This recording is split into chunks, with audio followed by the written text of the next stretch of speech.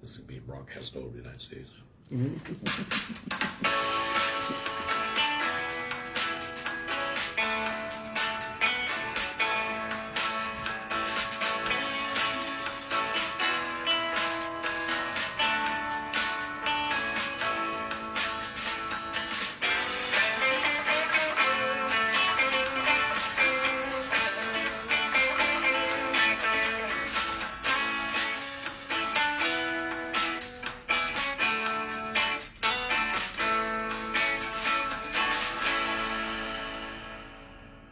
And welcome everybody to the 12 o'clock show with Mayor Joe. Joining us today, hopefully not for the last time, but might be as this title, State Representative Rich Brown. Thank you for being here. Well, thank you, Mayor, for inviting me. I'm happy to be here once again.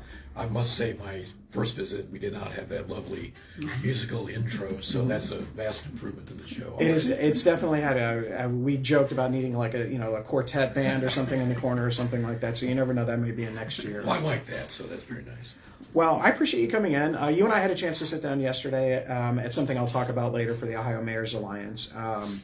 But as a state representative, you guys are kind of working, kind of not. It's that time of the year where, the campaign season just ended for the primary, and so those things are going on. And then last week, the governor gave his State of the State. So what were your kind of impressions of listening to the governor about where he feels the state of Ohio is? Well, when I was listening to it in real time, I kept thinking that I've heard this before, and it seemed a lot of what he said was very similar, and in some instances, I think identical to what he said at the last State of the State address.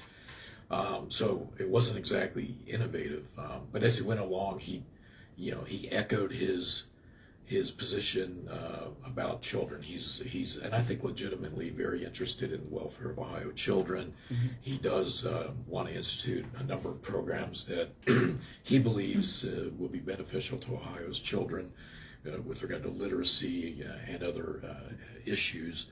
But I couldn't help but note, and I wasn't alone in our Democratic caucus, noted that he for the longest time failed to say one word about gun safety or gun issues, which are important with regard to children, as we all know.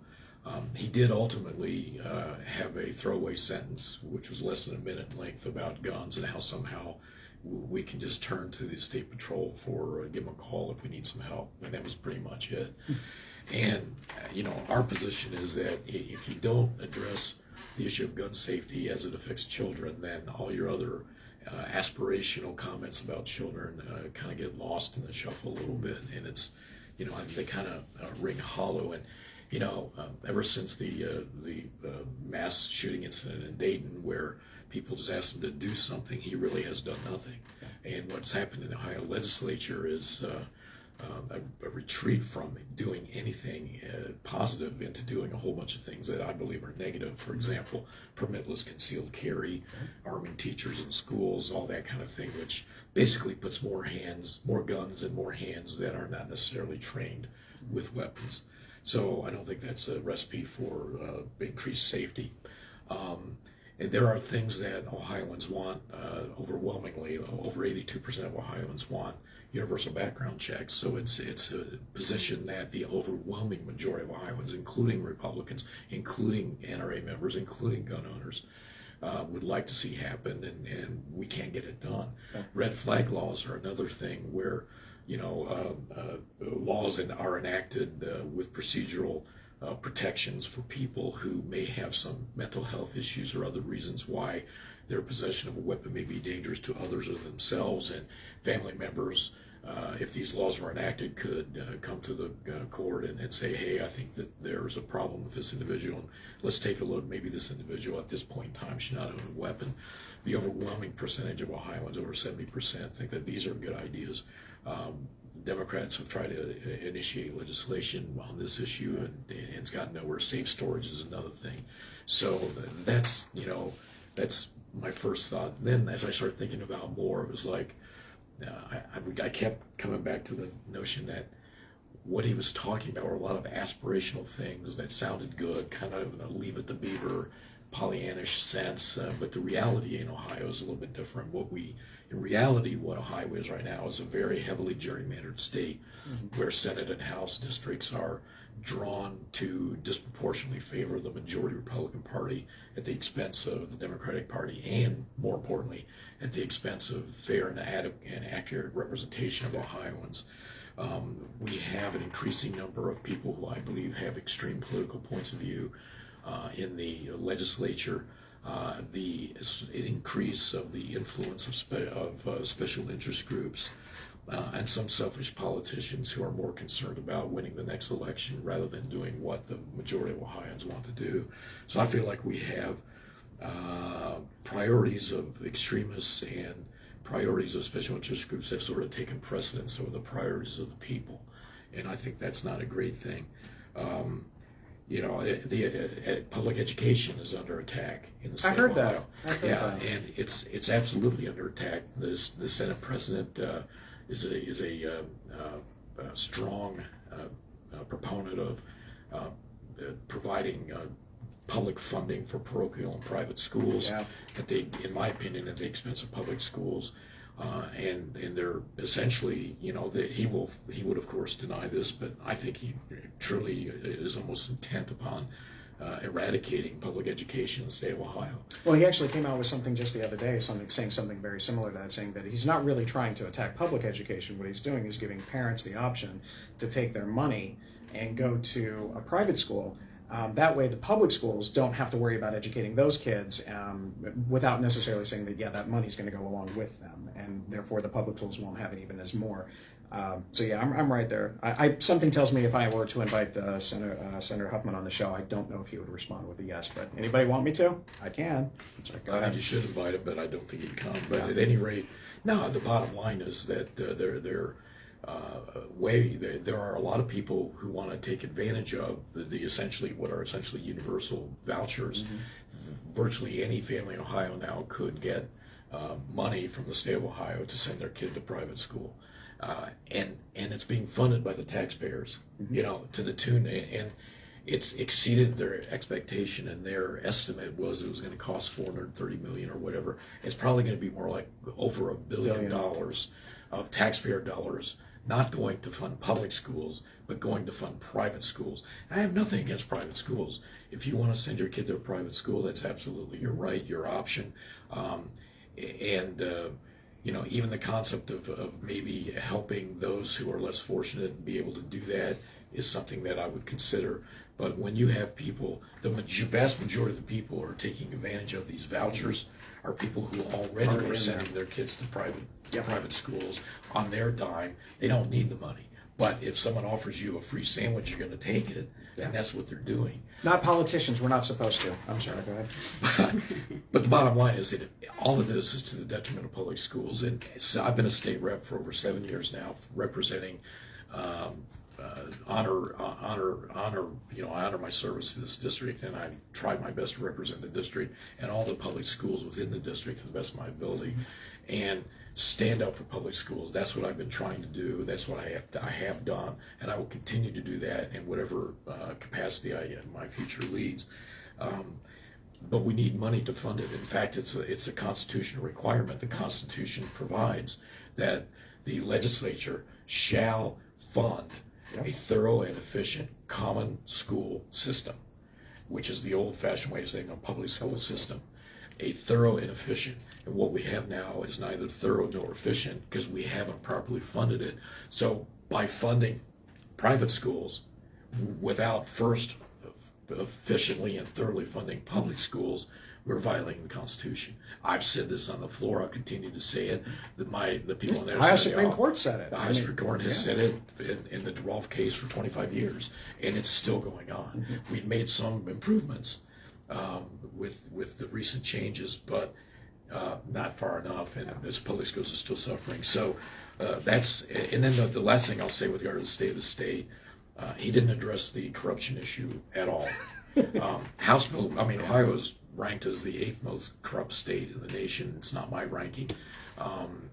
And a large part of that stems from House Bill 6, which was, a $1.3 billion bailout of ratepayers' money to First Energy, the propping up of a failing industry, the propping up of 2 obsolete coal-burning power plants, one in Indiana and one in the district represented by the Speaker of the House, the current Speaker of the House.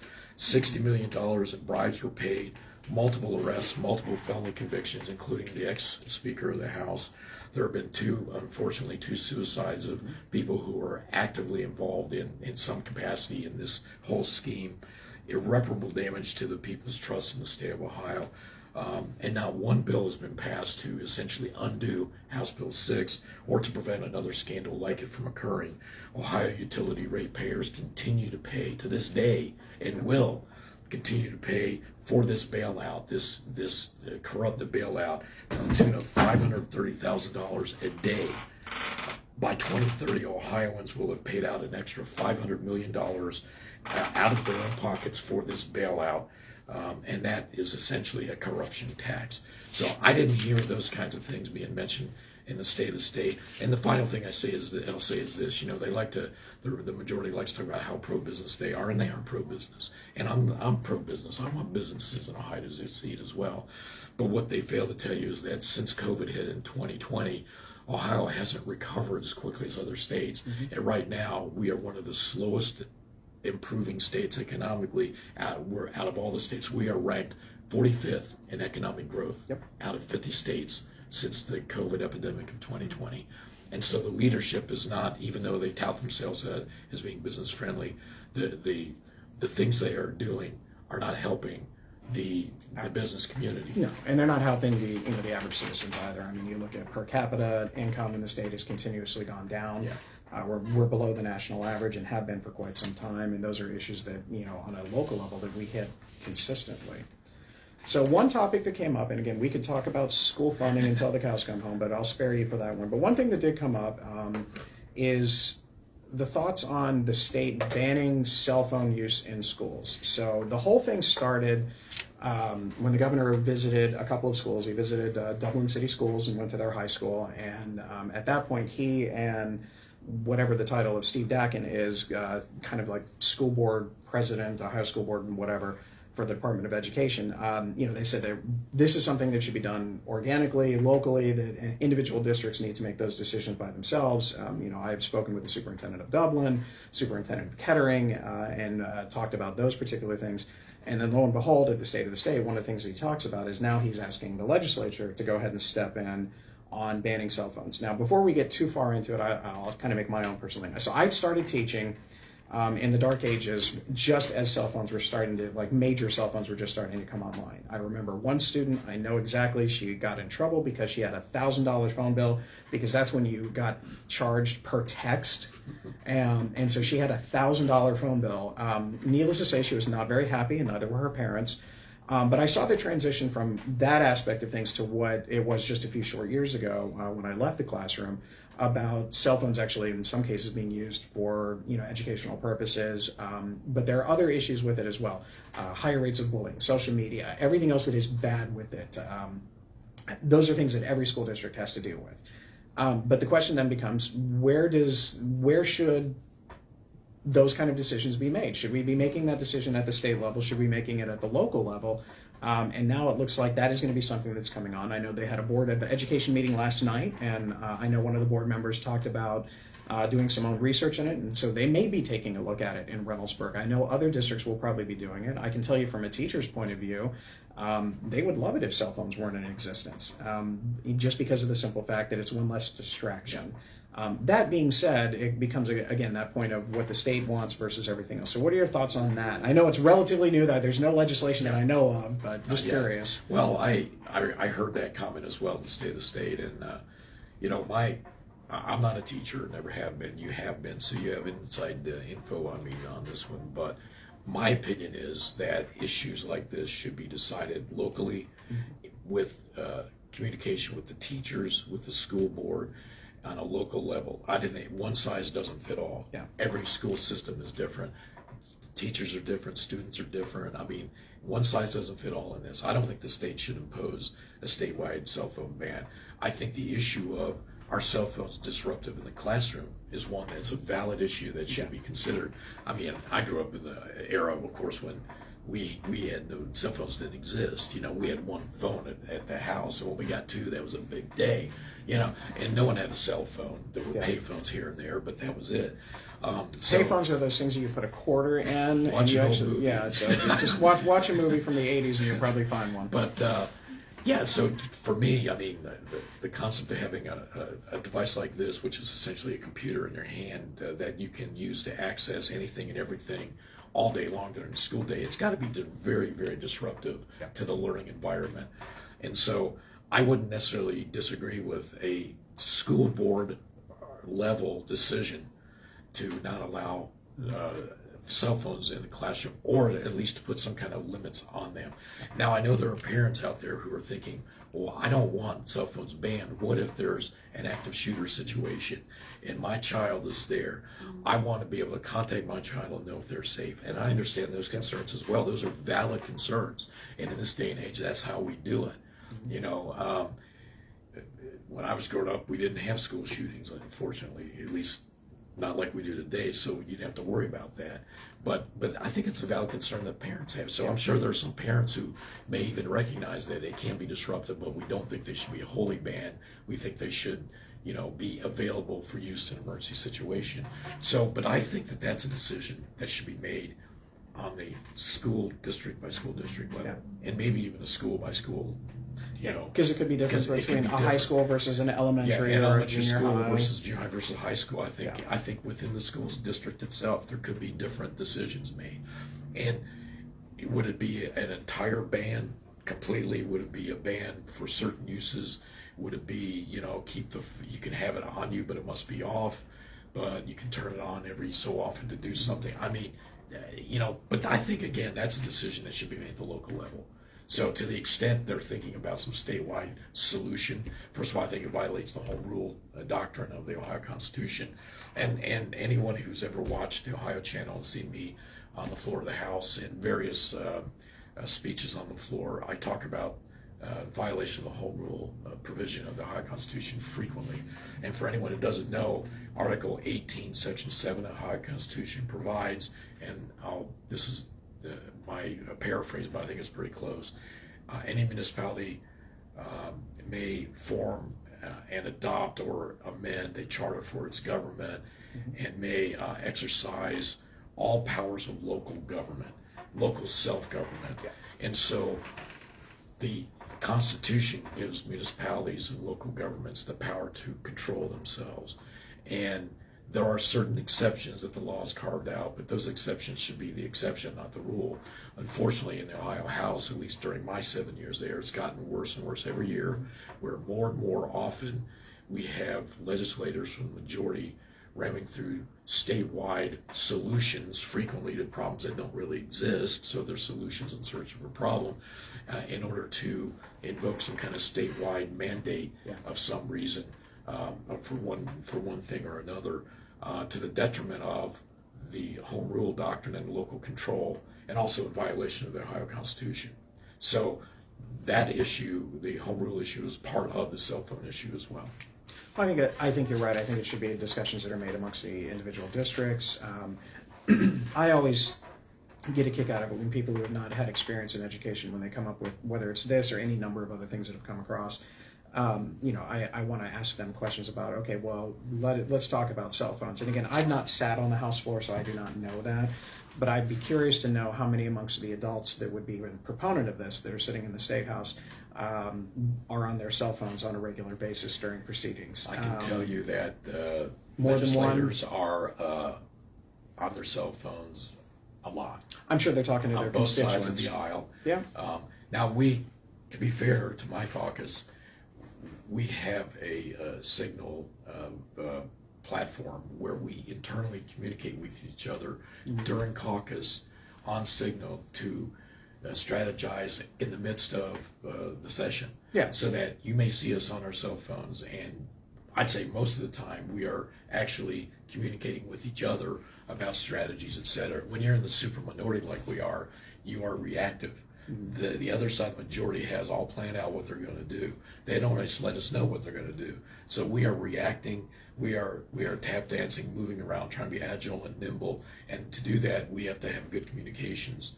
And before we'd have to get up and walk around and whisper to each other. Now we use the signal. So cell phones are used by people on our side. I'm not saying we never get on it. And look Somebody's at playing Facebook. Candy Crush. I know And that somebody's playing doing Candy Crush. playing something, but Yeah.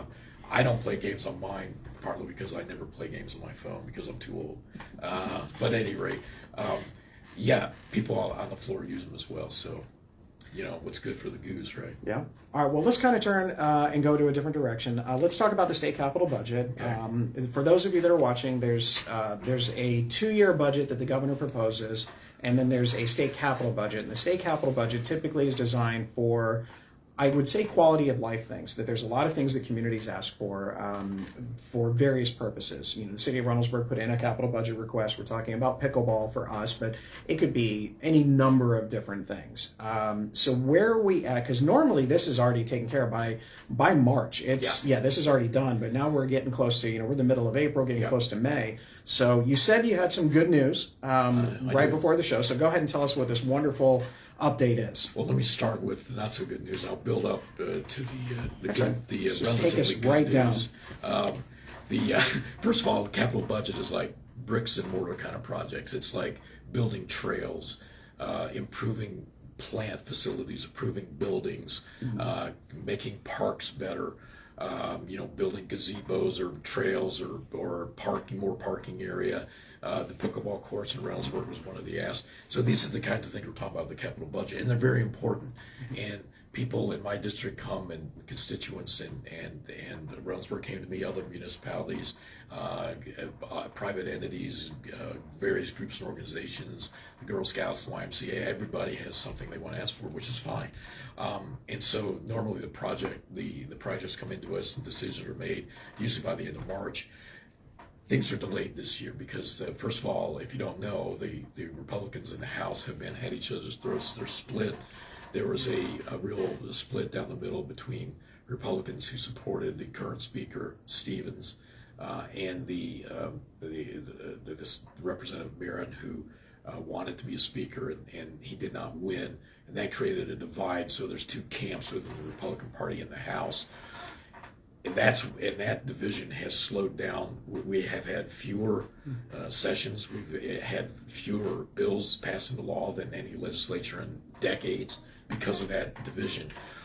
The division then continues on into the Senate, so the House Senate, the Senate Republicans and the House Republicans are kind of at odds, and that's because another speaker issue, the next GA, the next General Assembly, which will start in January 1 of 2025, there will be a battle for the next Speaker of our House, and the current Speaker, Stevens, wants to retain his seat. The Senate President is term limited, and Huffman is term limited in the Senate, so he's going to come to the House. He will be in the House. He wants to be the new Speaker. So there are backers of Huffman and backers of Stevens, and this dynamic is creating a division within the Republican Party, both in the Senate and the House. These divisions, this ongoing political drama has essentially consumed the majority party. It has delayed acting upon the capital budget. The House, we did pass. Yeah, you guys. Yeah. House Bill 2, which was the capital budget thing. That was a bill that I had some disagreements with some of the things, because some of the things I wanted didn't get in, and some of the things that they gave money for, I didn't think they should have. So, but the bottom line was $42 million was earmarked for Franklin County projects, and we're waiting, and we're waiting, we're waiting. And so, but this battle's been ongoing, and this dispute has resulted in not passing the capital budget. It's delaying community projects from being built, community improvements from occurring, and it creates a divide not only within the Republican Party, but it puts politics over people, which is not good. So when I came here this morning, I wasn't exactly sure where we were heading with this, but I was given information that just is hot off the presses, that basically the Senate has created an internal deadline for the project that they want to consider in their cap budget of next Monday. Within 2 weeks, they want to have their bill crafted, their version of their capital budget bill crafted. They want to have one bill that will include the capital budget money as well as the one-time $750 million that you were mentioning, crafted into one bill. They want to do all this by the end of the fiscal year, which is June 30. And they also want to have an emergency clause built into it so that the improvements if the bill can take the effect immediately. Typically, when a bill is passed, if it's signed by the governor, you have to wait 90 days before it becomes law. If there's an emergency bill, it can become law immediately. So what they want to try to do is have an emergency clause. So they still have to get together with the House and agree upon things, but it looks like we're going to get some movement. It looks like the politics are going to be pushed down or tamped down a little bit, hopefully, and it looks like by the end of this fiscal year, by June 30, we should have hopefully a capital budget bill that will result in the beginning of building of improvements and things like the Reynoldsburg pickleball court if it gets the capital funding. And so that's the good news. So it looks like there's a light at the end of the tunnel. Well, let's hope. So we got a question? We did have one come in. It's going back to the school voucher program. And Is this Neil? No, it's not Okay, I was Neil. just checking. We have a resident asking, has there been any talk of reversing the school voucher behind the scenes? Are you able to share anything about how we are trying to fight this? There's been no talk of reversing it. We fought it not only behind the scenes, but publicly on the floor of the House and in committees from day one. We've been fighting this for years. And so, it's a battle. The funding of public schools is a battle that's been going on in Ohio for a long time. The 1997 Supreme Court decision came down and ordered the legislature to properly fund schools. And that decision is still really They're getting around to it. They're getting around to it. Taking their time. And we had the Cupp-Patterson bill was passed, which made some improvements. Yeah. It finally started to do some of the things that the Supreme Court had ordered in 1997 be done properly to fund public education. And so there have been some improvements and we're moving along. But and just a few years ago, the voucher program was more limited. You could take advantage of vouchers if your income level was a certain level. So initially, it started out with probably a good intent, which is we want to give people who are not financially able the opportunity to maybe send their kids to a private school that others can afford and they can't. But you have to qualify. You have to be at a certain level, and it'll take some taxpayer dollars, but we think it's beneficial to the taxpayers and to the community as a whole. But now it's evolved into essentially universal or unlimited vouchers where virtually every person, Les Wexner might possibly, if he had kids, be able to send them to a private school on the taxpayer dime.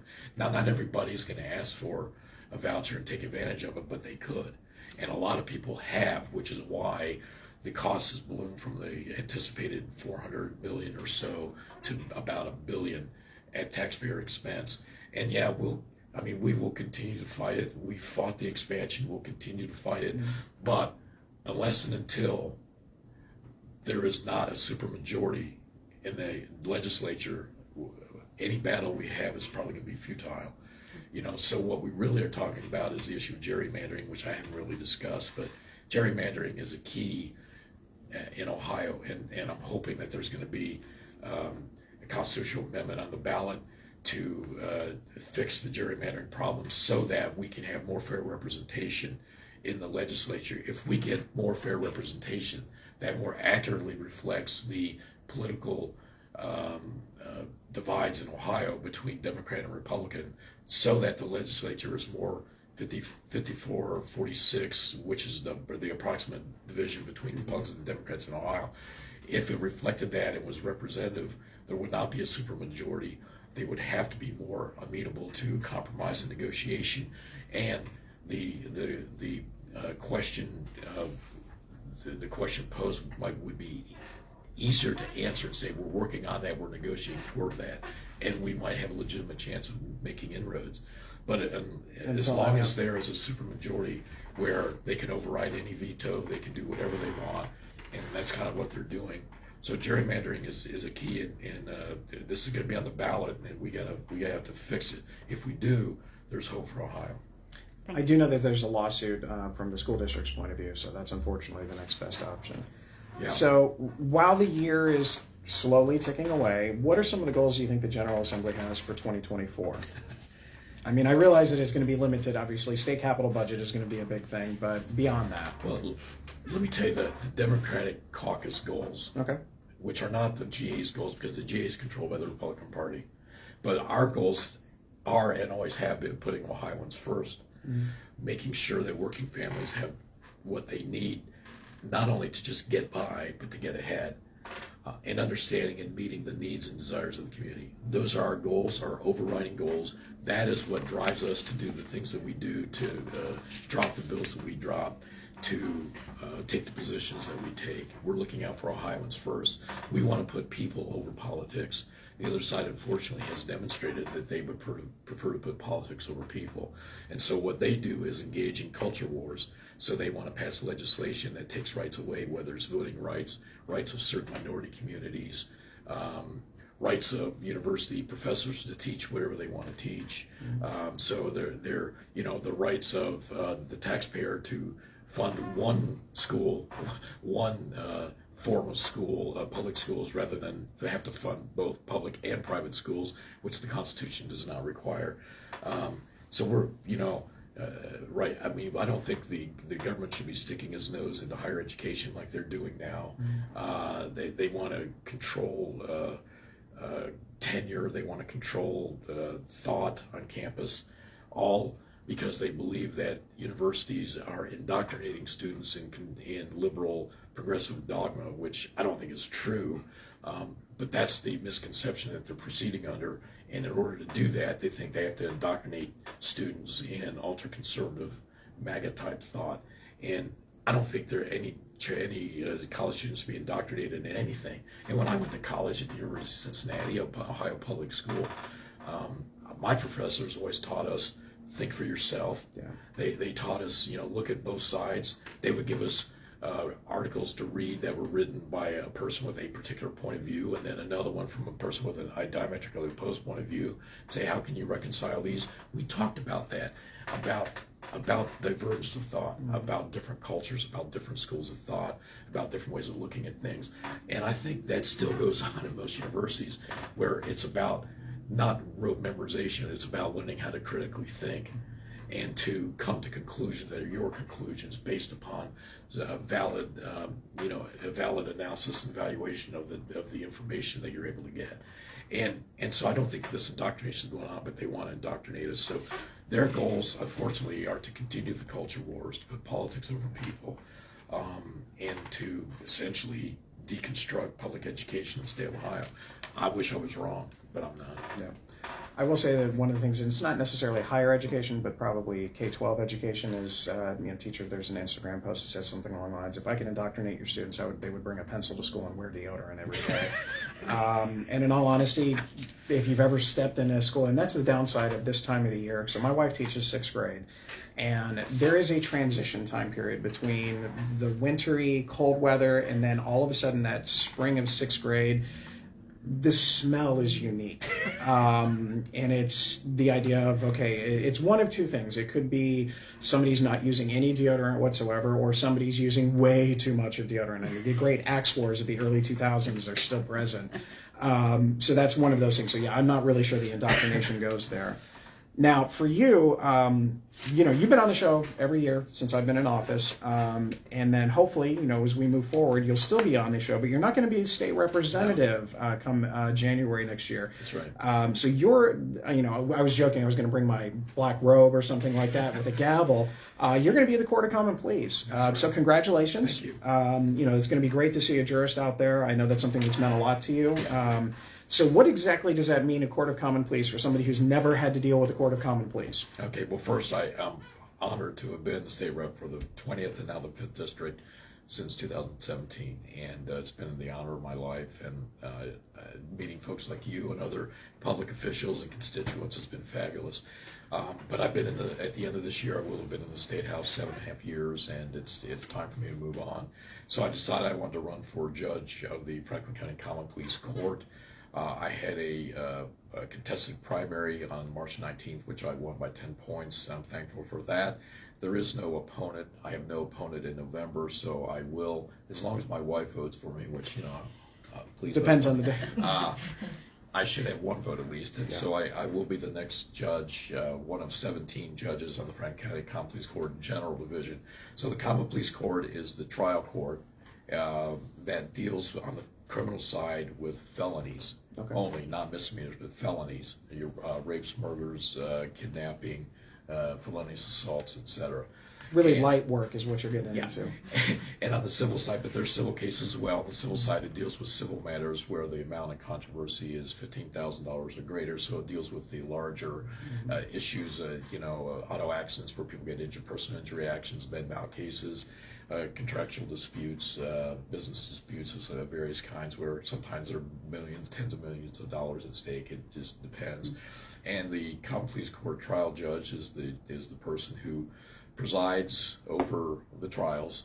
If they're jury trials, the jury makes the ultimate decision, but the judge presides over it and instructs the jury and responds to motions and rules upon pretrial motions and trial motions, rules upon objections and admissibility of evidence, and then instructs the jury as to the law and then oversees the trial.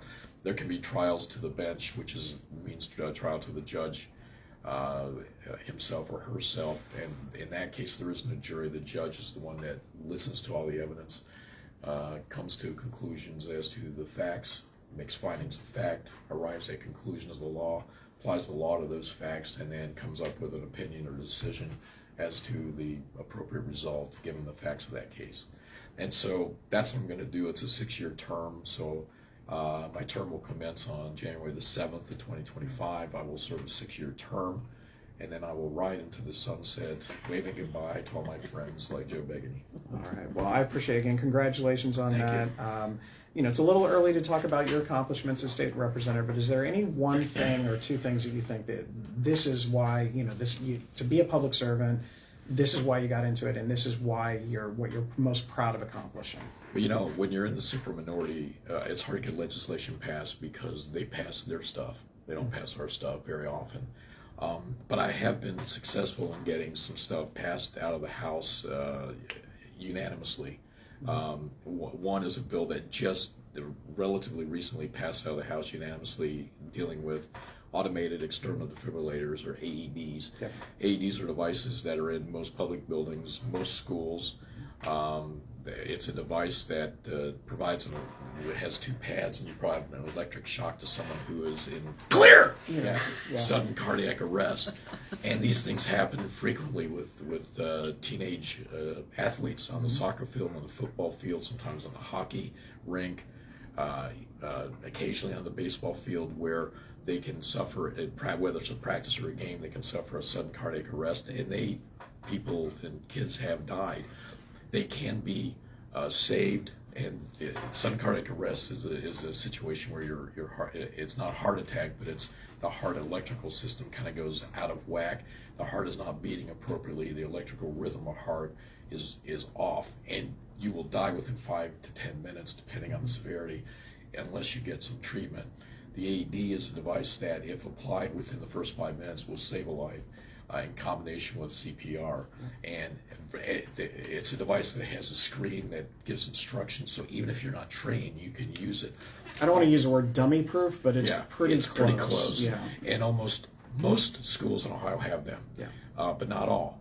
And many public facilities, recreation centers, municipally owned rec centers, etc., have them, but not all.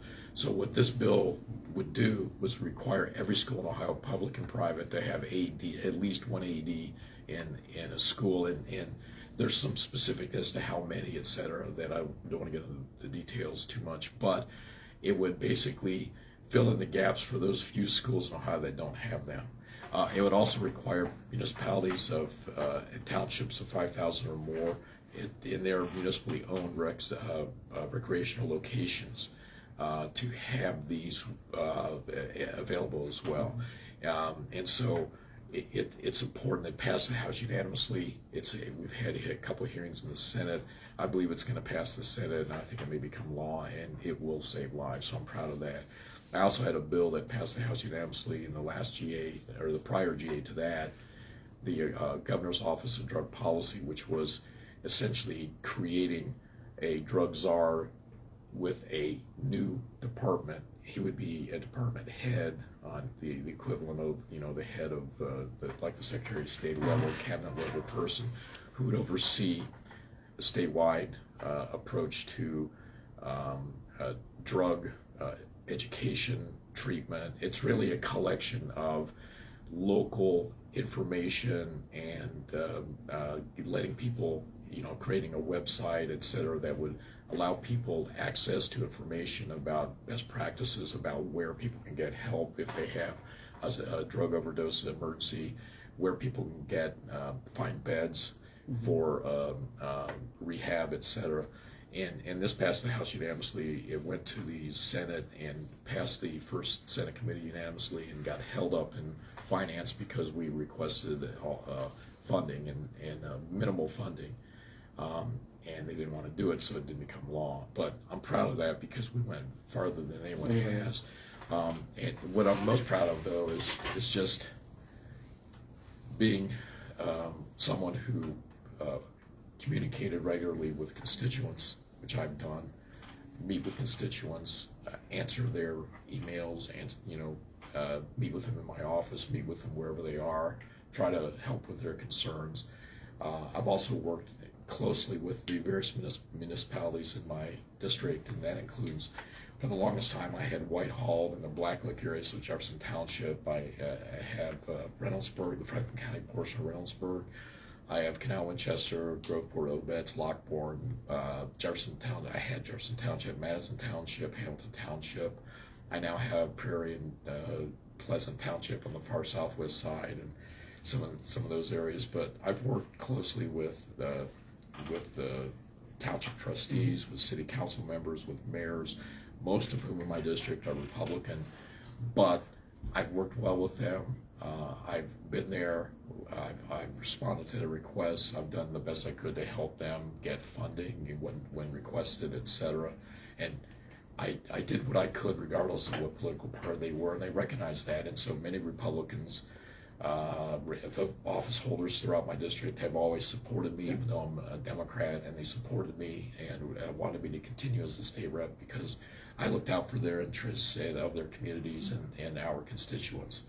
And that's what I'm most proud of, is being a person who's there for everybody, not just Democrats. Well said. I appreciate it. Any other questions that have come across? Well, thank you very much. Thank you, Mayor. Representative, soon to be judge. That's going to be fun. Looking forward to that one. Thank you. Appreciate it. Being on the show. Thank you. Thank you. All right, ladies and gentlemen, as promised, we have lots of other information to go through. So I'm going to go ahead and go off. First of all, I'd like to say happy, and this is going to be hard to say, Happy National Public Safety Telecommunicators Week. So it's a mouthful. These are, in essence, thank you to the dispatchers. So I have no idea if anybody from the Reynoldsburg Police Department is watching, but if the dispatchers are watching, thank you. This is your week. I'm sure some cool things are going to be said and done for you guys. So thank you for all you do. It's a stressful job. It is not the easiest job in the world, but thank you. As far as our Reynoldsburg City Schools updates, we've got a lot of events coming up. We've got the Reynoldsburg High School Summit Campus Night of the Arts on Friday, April 26th. There's going to be a silent auction for some of the art there. There's going to be a documentary premiere. There's going to have an anti-vape art show, which apparently vaping is big with the kids today. And yes, I just said get big with the kids today. I've got a senior showcase and art auction, so that's going to be a lot of fun. Going on right now, really through the 26th, is a Goodwill clothing drive. You can drop some things off at the Livingston campus, the Summit campus, and right here at City Hall. They're looking for pants, shirts, coats, things like that.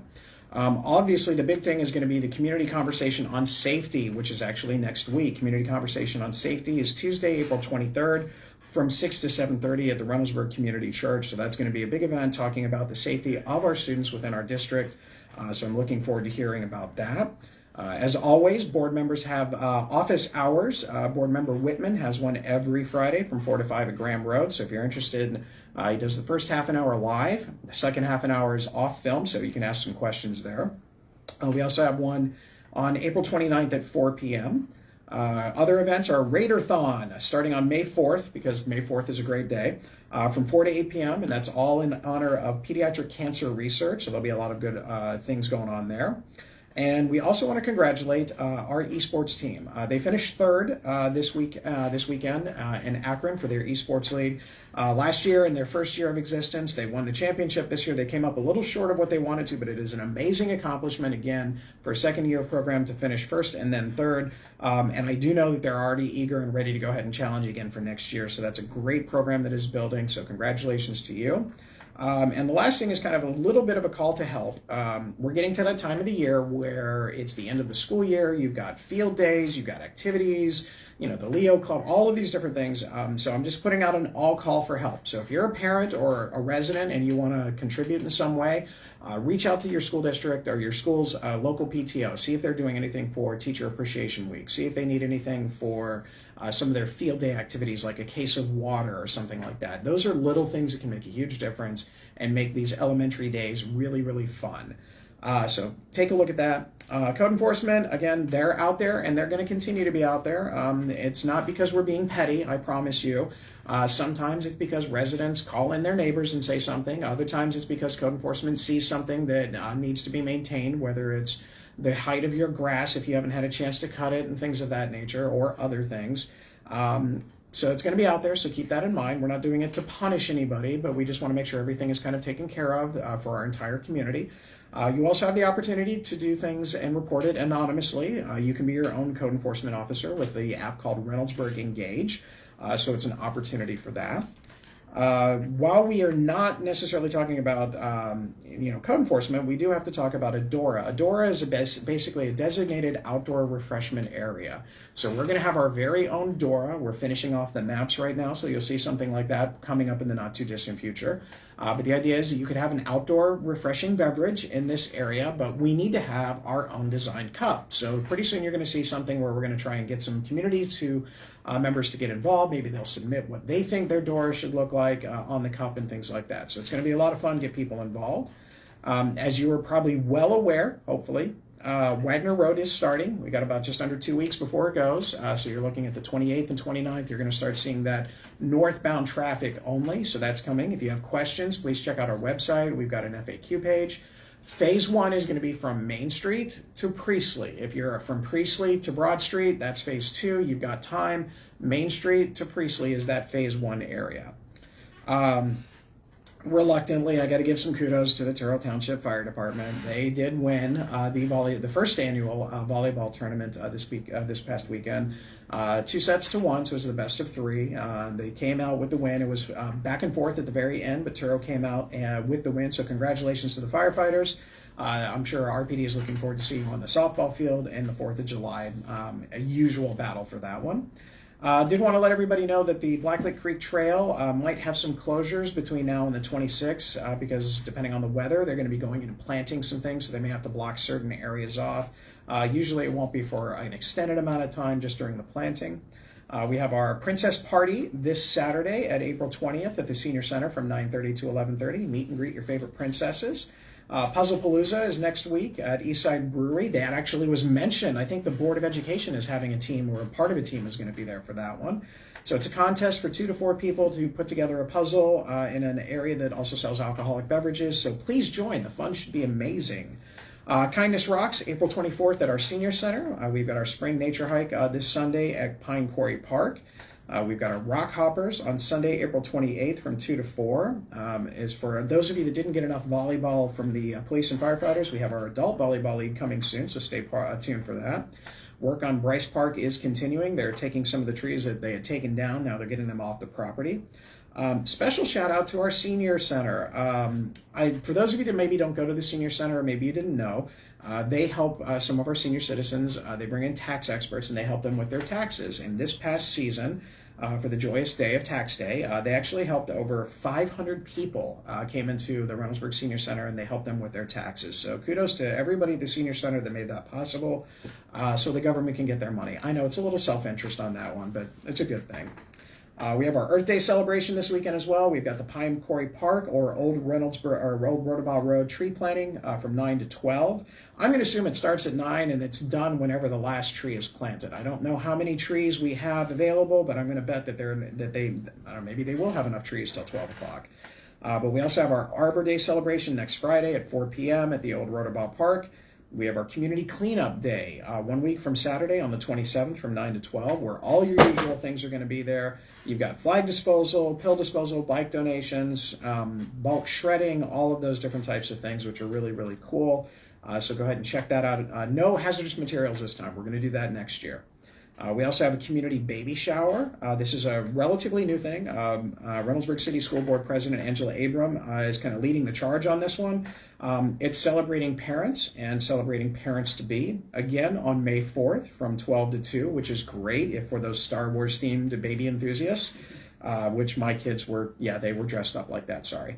Donations are accepted. They're actually registered at Target and Walmart, and it's going to be the American Postal Workers Hall on Lancaster Road, so go ahead and take a look at that one. We also have our garage sale weekend, the end of May, first weekend of June. The Reynoldsburg Community Association is accepting applications for the Grand Marshal for their 4th of July parade, so if you've got somebody in mind that's made a difference in our community and you want to have them recognized, this is a great opportunity to do so. We also have our Tomato Festival, and I know I'm moving quick because I know time is going. I mean, we're not Debbie Dunlap time. I mean, we're not that long, but we are moving pretty quick. I want to remind everybody that we're going to do the Tomato Awards again this year at the Tomato Festival. So for those of you that haven't seen it, basically you register, and we'll get those registration links out in the not too distant future. And you're going to have teams, just like March Madness, except with tomatoes. And basically you're going to have tomatoes set up in 2 teams, and then you throw tomatoes at each other. Don't worry, they're not edible. These are older tomatoes that can't be eaten. So we're not taking away from that regard. But it's a lot of fun. Everybody has a good time. Big trophy presentation at the end. But it's a great opportunity. So if you'd like to get a team together, keep your eyes open on social media for all of that. Our pageant information, we're accepting applications for that as well. We also have our Reynoldsburg Cash Drop, the first one that Jessica, my assistant, is actually leading the way on. It's the Reynoldsburg Baseball Cash Drop from 10 to 3. It's going to be at all the major locations, so fingers crossed for good weather. So early on, Representative Brown talked about how, he and I actually talked yesterday. So the city of Reynoldsburg is a member of the Ohio Mayor's Alliance. That is a representation of the 30 largest cities in Ohio.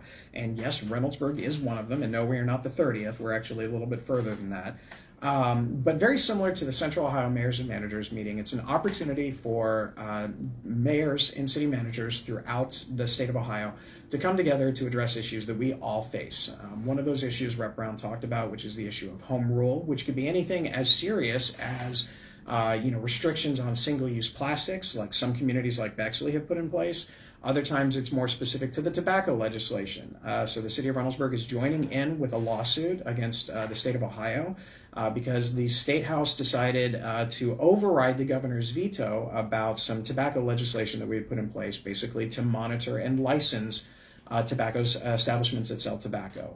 This is something that we feel that should be done at the local level because it's something that faces our community and all those communities that have signed on to this particular lawsuit, but it also extends into other issues that face us. Let us be honest, Reynoldsburg has challenges that maybe cities like Zanesville does not have, or vice versa, but we feel it is best up to the local municipalities and the local communities to kind of determine what steps they take to solve some of those issues, and this is just an example of it. So I wholeheartedly support it. The mayors that are made up of Republicans and Democrats were there. One common theme was a Fiorello LaGuardia quote of, there's no Democratic potholes, there's no Republican potholes, there's just potholes. So there's really that kind of commonality. But it's a good mix of people that are basically trying to find ways to solve things. So that's a great opportunity for there. And I'm honored to be a representative for the Ohio Mayors Alliance on that one, as well as this year for the next 2 years, the chair of the Central Ohio Mayors and Managers. So I've got lots of things to talk about with that, but we'll hit those up later. Now, next week, there's not going to be a show, so I apologize. I will actually be at the State of the County meeting for the Franklin County Commissioners, and so I've been asked to go there to kind of participate in some of those festivities, so I'm looking forward to that. But I honestly need a week to prep for a really important guest. The first time, Reynoldsburg's own Former Attorney General Betty Montgomery will be joining us here. Reynoldsburg's own, right here, first female Attorney General in the state of Ohio. So we're really looking forward to her joining us to talk about Reynoldsburg, her time dealing with state issues and all of that, and where she sees everything kind of going moving forward in the state of Ohio. So I'm really looking forward to her conversations with that. So going to be a lot of fun. Any questions, comments, anything? Nope. That makes me sad. So hopefully we'll have some other questions. I know I will be out this weekend, probably doing some tree planting at Pine Quarry or New Rotobaugh Park or Old Rotobaugh Park, whichever one they need people at. I'll kind of wait and see what they have to say. But I hope to see you out there. Lots of events coming on. Obviously, council's next week. But again, for everybody else out there, please stay safe, stay respectful, and as always, please put your shopping carts away. Have a great time, everybody. We'll see you.